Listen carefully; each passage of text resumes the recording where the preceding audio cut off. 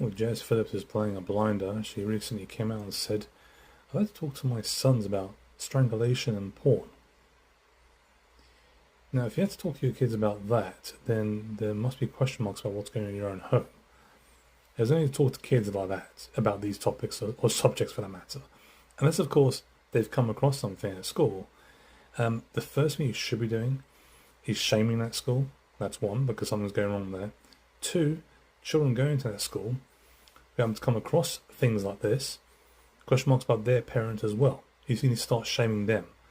So, to me, this is a big topic that I can lead the way on, as Jess Phillips tries to do all the time.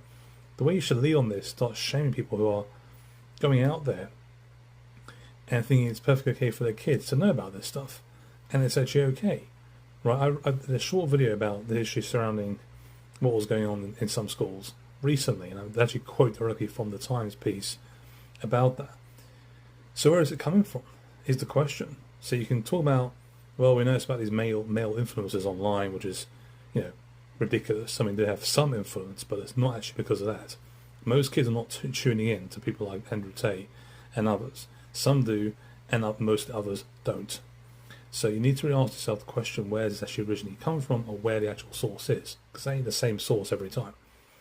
So I'm a little bit surprised why Sky News felt this actually was a serious discussion to have, to actually bring her on again, because she start banging on about, well, I managed to talk to my sons about strangulation upon how wrong it is. Well, I know how wrong it is. And for many parents out there who need to teach their kids about this, know how wrong it is.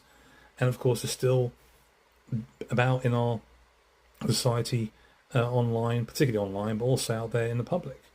And just the way people talk sometimes. But this is of kids.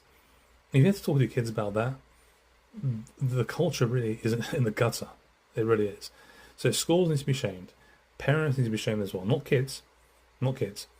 The parents and schools need to be shamed into, well, how's your son, in particular sons, but also daughters, mostly sons, how they even come across this stuff is the big question. What they're going to do on the phone, at home, on their computers.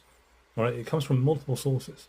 So there needs to be a real crackdown on that, rather than just trying to make as if that you're a great mum because you talk to your sons about strangulation porn. I mean, come off it.